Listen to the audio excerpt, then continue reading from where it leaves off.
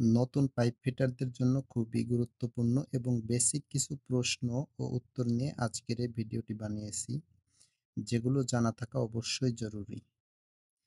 আজকের ভিডিওতে আমরা 10টি বেসিক প্রশ্ন ও উত্তর সম্পর্কে জানব। তাহলে আমাদের আজকের ভিডিওতে কি কি শিখতে পারবো, আসুন প্রথমে জেনে নিই। আমরা 1 নম্বরে জানতে পারবো পাইপ কাকে বলে, এলবো এর কাজ কি, আইসোমেট্রিক ড্রয়িং কি, স্পুল কি, গ্যাসকেট ব্যবহার করা হয় কোথায় এবং কেন ব্যবহার করা হয়, পাইপ শিডিউল মানে কি, ফ্লাঞ্জ জয়েন্ট কোথায় ব্যবহার করা হয়, ওয়েল্ডিং ও থ্রেডিং জয়েন্টের মধ্যে পার্থক্য কি, কাজের জন্য কি কি টুলস লাগে, সেফটি পিপিই কি কি লাগে একজন পাইপ ফিটারের জন্য। আসুন জেনে নেই এই 10টি প্রশ্নের উত্তর। আমাদের 1 নম্বর প্রশ্ন, পাইপ কি বা পাইপ কাকে বলে? উত্তর, যার মাধ্যমে গ্যাস, পানি বা বায়বীয় পদার্থ এক স্থান থেকে অন্য স্থানে স্থানান্তর করা হয় তাকে পাইপ বলে। অথবা সংক্ষেপে pipe is a hollow cylinder. 2 number প্রশ্ন, পাইপ ফিটিং এ এলবো এর কাজ কি? মানে এলবো এর কাজ কি? উত্তর, পাইপের দিক পরিবর্তন করতে এলবো ব্যবহার করা হয়, যেমন 45 ডিগ্রি বা 90 ডিগ্রি কোণে। তার মানে পাইপের দিক পরিবর্তন করার জন্য আমরা এলবো ব্যবহার করি। 3 নম্বর প্রশ্ন, আইসোমেট্রিক ড্রয়িং কি?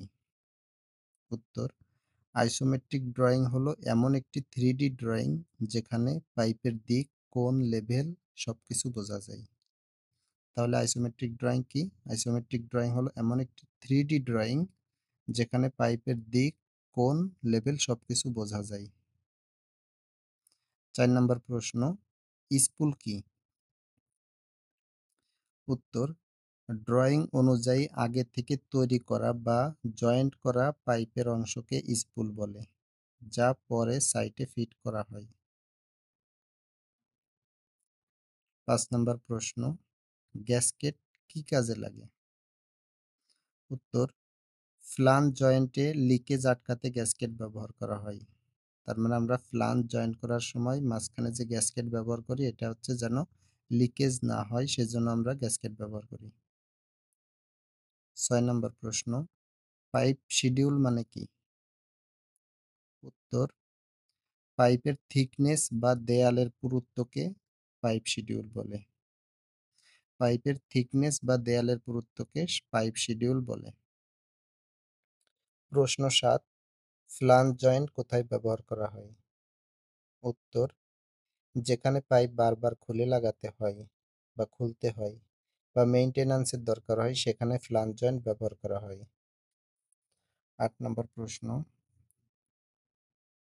ওয়েল্ডিং এবং থ্রেডেড জয়েন্টের মধ্যে পার্থক্য কি?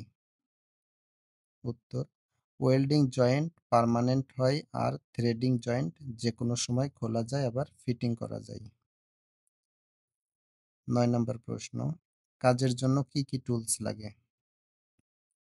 উত্তর, measurement meter, spirit level, right angle grinder, pencil grinder, hammer, adjustable, spanner ইত্যাদি।